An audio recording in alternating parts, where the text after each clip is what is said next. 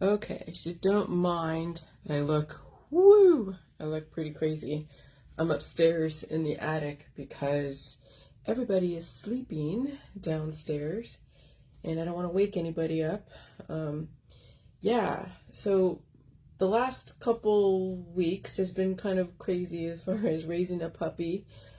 I've never raised a puppy before. Obviously, I've never raised a child before, but I'm getting a great boot camp version of it because I am raising a full grown puppy. What do you mean by that, Jillian? Because back in Thanksgiving, my dog was going downhill very fast. She came from a genetic line of predisposed issues that are prevalent in pit bulls. That's hip dysplasia, seizures, and tumors. And so she did undergo several tumor removals when before I even got her. So I received her with so many predisposed issues.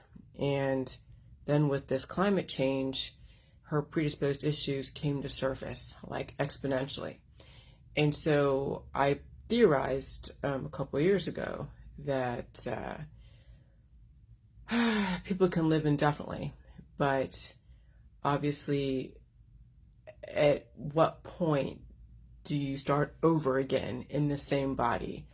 And do you ever actually start over again when you think about it? Well, I guess it depends on how bad you let things get. What do I mean by how bad? Well, how fast the beta cells eat up the parent cells, eating up essentially the memories of the old world. And maybe you're left with a few memories, just like you see a dementia patient who kind of recalls certain things but forgets many other things, and then you're like, oh, I lost grandma, I lost grandpa, and they're already declining, deteriorating, starving, obviously, and then they die.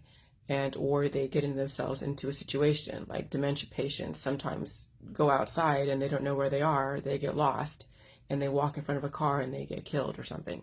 And so essentially I'm kind of dealing with that situation, but my dog isn't declining physically because I was giving her a lot of people food a couple years, like the last couple years, and then she really wasn't eating her own food, and then she started just eating only her milk bones, and that was it.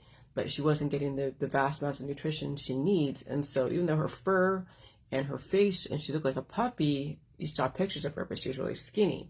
And so Thanksgivings was when the frequencies were really insane, and she started declining physically, where she was then going back into memories where she liked water when before she didn't like water or baths or anything like that. So now, I'm realizing that when you finally bring your dog back to life, so to speak, all the predisposed issues that were ever had surgery used against it, remedies used against it, all that stuff will then kind of come back to surface, whether it's the pain or it's the growths that were cut out for whatever reason. Those do come back, but they come back because that is the future you. That's the future sugar. And so then I was saying yesterday that why is it that teratomas have hair, skin, and teeth and nails and all that inside of them? Well, because those are your spare parts. And so then I realized that my dog Sugar, has a tiny little, what you think could be a teratoma, but I couldn't see inside. But like a little cyst that is becoming softer. It does grow to a certain amount, and then it also grows with the dog. But then I theorize that your tumors, your cancer, your cysts are like an umbilical cord. They're like a womb. They are the future programming. You don't cut them out. You don't attack them. You don't remedy them. You don't stop your body from releasing the old world.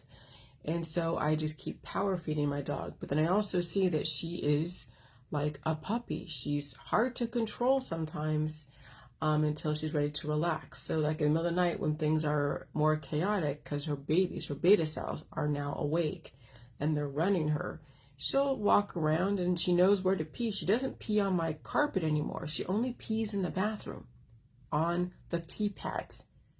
Okay? And that's really new. So, how do you teach an old dog new tricks? Well, the dog isn't fucking old. The dog is now reborn, learning new things.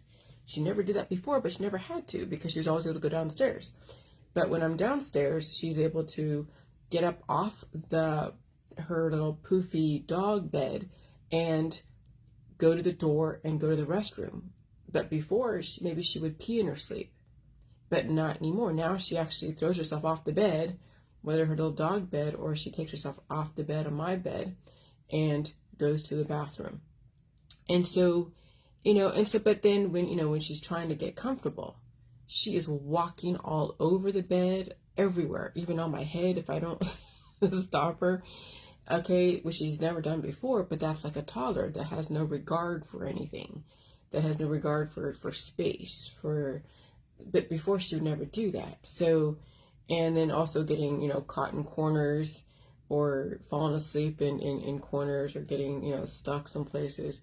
And so that's why it's constant supervision. It's like a toddler dumping her water bowl because she loses her balance. And so, yeah, keeping up on making sure that she doesn't hurt herself, make sure she doesn't make a major mess, it's like watching a child. And it's pretty fascinating to observe.